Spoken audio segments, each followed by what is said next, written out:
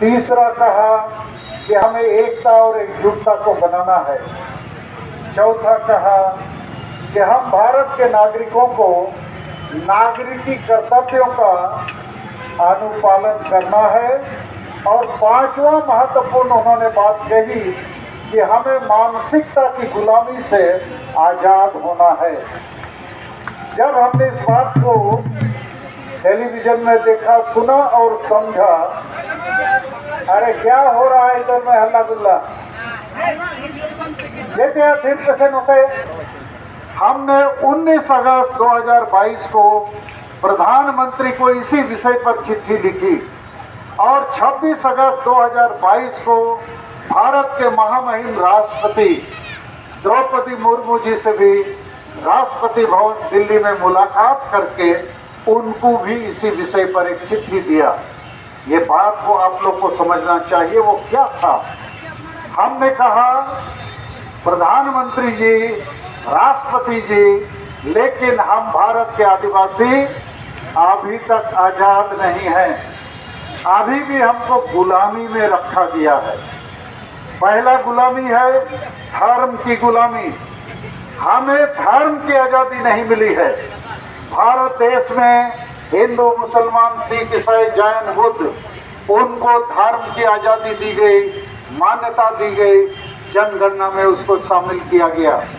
हम भारत के आदिवासी सबसे पुराने लोग इस देश के मालिक हैं, लेकिन हमको भारत के संविधान के तहत ये आज़ादी अब तक नहीं मिली है। हमें जल्दी से जल्दी आज़ादी दीजिए। और यदि 20 नवंबर 2022 तक हमें सरना धर्म कोड का मान्यता नहीं मिलेगा तो 30 नवंबर 2022 को हम लोग 5 राज्य झारखंड, बंगाल, बिहार, उड़ीसा, असम में रेल रोड चक्का जाम करेंगे। ये आज़ादी हमको चाहिए। दूसरी गुलामी है हमारी भाषाओं की। भारत देश ने भारत के सभी प्रमुख जाति समूह को भाषा की मान्यता दिया। हिंदी, बांग्ला, उड़िया, तेलुगु, तमिल सब भाषाओं को दिया। इसी आदिवासी भाषा को मान्यता नहीं दिया और सभी भाषाओं की गुलामी हमारे मत्थे थोप दिया कि आदिवासी चाहे संताल हो, मुंडा हो, उरांव हो, खड़िया हो, भूमिज हो या कोई भी आदिवासी हो, उसको उसकी मातृभाषा में पढ़ने का अधिकार नहीं है। उसको हिंदी, बांग्ला, उड़िया, तेलुगु, तमिल पढ़ाया जाता है। तो ये भी गुलामी है। तो हमें इस गुलामी के खिलाफ भी लड़ना है और हमने प्रधानमंत्री और राष्ट्रपति को लिख के दिया है कि हमें ये आज़ादी चाहिए। आदिवासियों को उनकी मातृभाषा में पढ़ने का अधिकार मिलना चाहिए। संताली भाषा, आप लोगों के सहयोग से, हमारे प्रयास से हम लोगों ने 22 दिसंबर 2003 को राष्ट्रीय मान्यता दिलाया, 8वीं अनुसूची में शामिल कराया। लेकिन अभी तक पठन पाठन, सरकारी काम, नियोजन, सिनेमा, खबर कागज, सरकारी काम कहीं इसका नामो निशान नहीं है। तो कहने का मतलब है कि भाषाई मामले में भी हमको गुलाम बना के रखा गया। तीसरा मुद्दा है आसाम और अंडमान में चाय बगानों में बहुत संताल, मुंडा, उरांव लोग, अंग्रेज लोग उनको ले गए और अंग्रेज लोग उनको अभी तक चाय बगान में ले जाने के बाद देश आज़ाद हो गया 75 साल। अभी भी इन लोगों को शेड्यूल ट्राइब या आदिवासी जनजाति का दर्जा नहीं मिला है। आसाम के चाय बगानों में आदिवासी ना आदिवासी कहलाता है, ना शेड्यूल ट्राइब का उसको मान्यता है, ना आसामीज का मान्यता है। एक प्रकार से ये लोग दो या दर्जे के नागरिक के रूप में हैं और उनके साथ लगातार अन्याय अत्याचार हो रहा है। 24 नवंबर 2007 को करीब 10,000 आदिवासी असम की राजधानी बेलतोला गए, दिसपुर, और वहाँ शेड्यूल ट्राइब की मांग कर रहे थे और एक आदिवासी लड़की लक्ष्मी उरांव को नंगा करके घुमाया गया।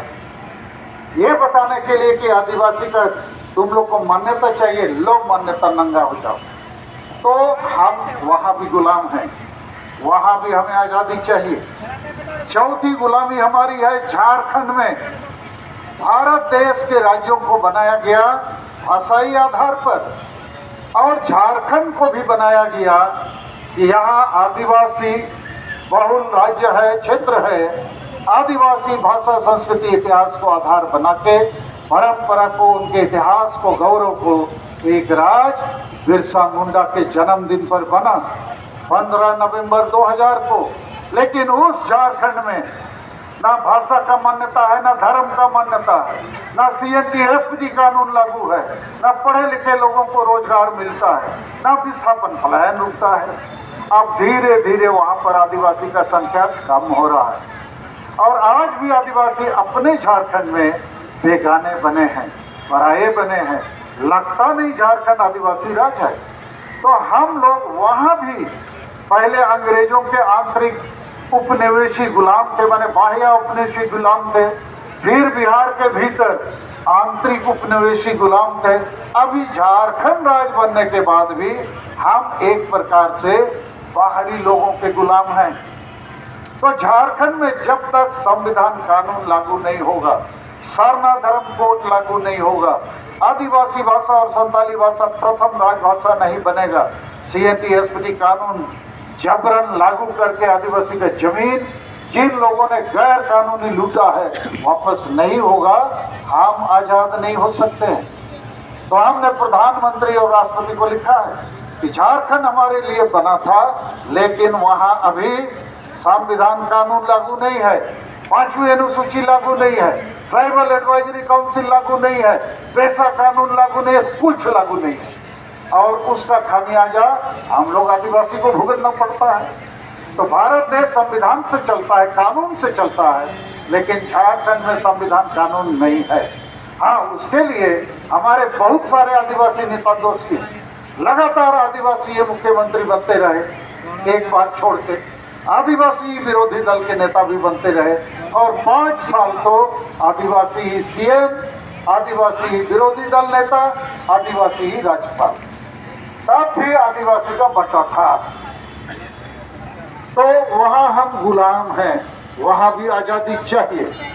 5वां गुलामी, हम आदिवासी स्वशासन पद्धति, ट्राइबल सेल्फ रूल सिस्टम, हमने लंबे समय से महसूस किया, लेकिन अभी 2 साल पहले से हमको लगा कि आदिवासी खुद अपने आप को मार रहा है, क्योंकि सब आदिवासी गांव में आदिवासी का स्वशासन पद्धति है, वहाँ जनतंत्र और संविधान लागू नहीं है।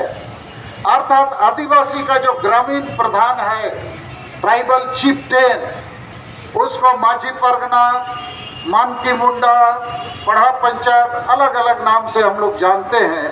तो ये लोग गांव के लोगों के द्वारा चुने नहीं जाते हैं, ये वंशगत परंपरा से माझी का बेटा माझी, मुंडा का बेटा मुंडा, पढ़ा का बेटा पढ़ा, ऐसा इन लोग बनता है। और इसके कारण से अधिकांश जो स्वशासन पद्धति के मुखिया हैं, उन लोग अनपढ़ होते हैं, पियक्कड़ होते हैं, संविधान कानून जानते नहीं। सरना धर्म कोड का मान्यता का बारे बोलो तो क्या बोलते हैं, अरे हम लोग तो पूजा पाठ कर ही रहे हैं, अब मान्यता क्या चीज का होता है। और पूजा पाठ के समय देवी देवता को हणिया दारू भी चढ़ाते हैं, मुर्गा भी चढ़ाते हैं, खांसी भी चढ़ाते हैं। तो सर ये मान्यता कौन सा चीज है? हम लोग का तो है देवी देवता, हमारा तो पूजा पाठ चलता है। तब हमें बड़ी मुश्किल से उनको समझाना पड़ता है। जैसे तुम्हारा खेत है, हल चलाते हो, यदि पर्चा या खतियान नहीं होगा तो कैसे तुम्हारा हो जाएगा?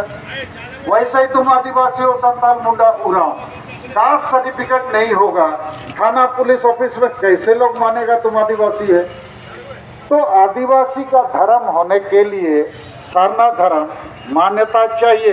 एक मोटरसाइकिल खरीदा, गाड़ी का नंबर नहीं, कागज नहीं, तो रोड में थाना पुलिस देखेगा नंबर नहीं है तो रोकेगा ना, बोलेगा चलो गाड़ी भी थाना तुम भी थाना। तो हमारा धर्म जो अभी लेंका है, इसका मान्यता नहीं है और इसके चलते हमारा लोग इधर उधर दूसरा धर्म में जा रहा है, इधर उधर उसको भटकाया जाता है, लटकाया जाता है, प्रलोभन देके उसको हमारे धर्म से दूर कर रहा है। तो धर्म का आज़ादी चाहिए, लेकिन ये बात हमारा आदिवासी स्वशासन पद्धति का लोग नहीं जानता। हम लोग आदिवासी सहयोग अभियान के तरफ से 2 साल में 3 बार रेल रोड चक्का जाम किया, कम से कम 300 सरना धर्म रथ निकाला 2 महीना, लेकिन कोई आदिवासी गांव का माझी परगना उसको पूछो तुम्हारा गांव का लोग को भी तो सरना धर्म चाहिए, तुम लोग तो हिंदू मुसलमान ईसाई नहीं हो, तो तुम्हारे गांव में धर्म को लेकर सरना धर्म को बैठक हुआ? बोलता नहीं, बैठक तो हुआ नहीं। क्यों? क्योंकि माझी बाबा को ये सब पता नहीं है, उसको खाली हानिया दारू चखना पता है। तो मुझे लगा कि ये लोग यदि ऐसा ही हम छोड़ देंगे तो हर गांव का आदिवासी संताल को तो हम जानते हैं 5 राज्यों में ये लोग एक प्रकार से उदाहरण है। तो भारत के प्रधानमंत्री और राष्ट्रपति को हमने बताया कि हमें धार्मिक गुलामी से आजादी दीजिए, भाषा की गुलामी से आजादी दीजिए, असम अंडमान के आदिवासियों को एसटी देके आजादी दीजिए, और झारखंड राज्य आदिवासी राज है, संविधान कानून लागू कीजिए, आजादी दीजिए। और माझी परगना व्यवस्था में भी जनतांत्रिक तरीके से गांव के स्त्री पुरुष मिल बैठ के एक अच्छे आदमी को, पढ़ा लिखा आदमी को जो नशा नहीं करता है, संविधान कानून समझता है, उसको आप लोग बैठाने में सहयोग कीजिए। और गांव-गांव में अभी जुर्माना, सामाजिक बहिष्कार, डायन के नाम से हत्या प्रताड़ना भी बंद होना चाहिए। तो द्रौपदी मुर्मू जी से हम लोग 26 अगस्त को राष्ट्रपति भवन में मिले, उन्होंने सारी चीजों को समझा है, पहले भी मैंने उनको समझाया था। मुझे उम्मीद है कि अब जिस प्रकार का एकता बना के हम लोग आगे बढ़ रहे हैं, धर्म के साथ आसामी चाहिए, आसाम के लोगों को न्याय चाहिए, झारखंड को हम लोग को फिर से इसका पुनर्निर्माण करना है। और झारखंड हम भारत के आदिवासियों का गढ़ है, केंद्र है। पहले हम लोगों ने बृहद झारखंड की मांग किया था। आप बृहद झारखंड जल्दी नहीं बन सकता है, लेकिन बृहद झारखंड के आदिवासियों को झारखंड जाना पड़ेगा झारखंड बचाने के लिए। तुम लोग जाएगा कि नहीं? झारखंड बचेगा तभी असम, बंगाल, बिहार, उड़ीसा, छत्तीसगढ़, मध्य प्रदेश का आदिवासी बचेगा। जैसे बंगाल बचेगा, बंगाली तभी बचेंगे। बंगाल में ही बंगाली को खदेड़ दिया जाए तो पूरा दुनिया से बंगाली को खदेड़ा जाएगा। तो आदिवासी यदि झारखंड में ही बेघर हो जाएगा, कहीं नहीं बचेगा। तो इन बातों के साथ मैं हिंदी में अपनी बात को समाप्त करूंगा और हम हमारे जो अतिथिगण आए हैं इनको और एक बार धन्यवाद देंगे। और जो कार्यक्रम हम लोग मिलकर बना रहे हैं, चाहे दिल्ली में 11 नवंबर का हो, फरवरी 26 रांची का हो, उसी प्रकार हम लोगों ने 2 कार्यक्रम पहले घोषित किए हैं। हम उम्मीद करेंगे इसमें आप लोग का पूरा समर्थन रहेगा। एक तो 30 नवंबर का कि भारत सरकार यदि 20 नवंबर तक फैसला नहीं करेगी तो 30 नवंबर को हम लोग मिलकर 5 राज्य में रेल रोड चक्का जाम करेंगे। और हमारे पास कार्यकर्ता है ये जाम कर सकते हैं। अभी तो हवा इतना गर्म हो जाएगा आप लोग के समर्थन से कि सरकार पहले ही हम लोग को बुलाना बैठे कि आओ भाई आप लोग से बात करेंगे।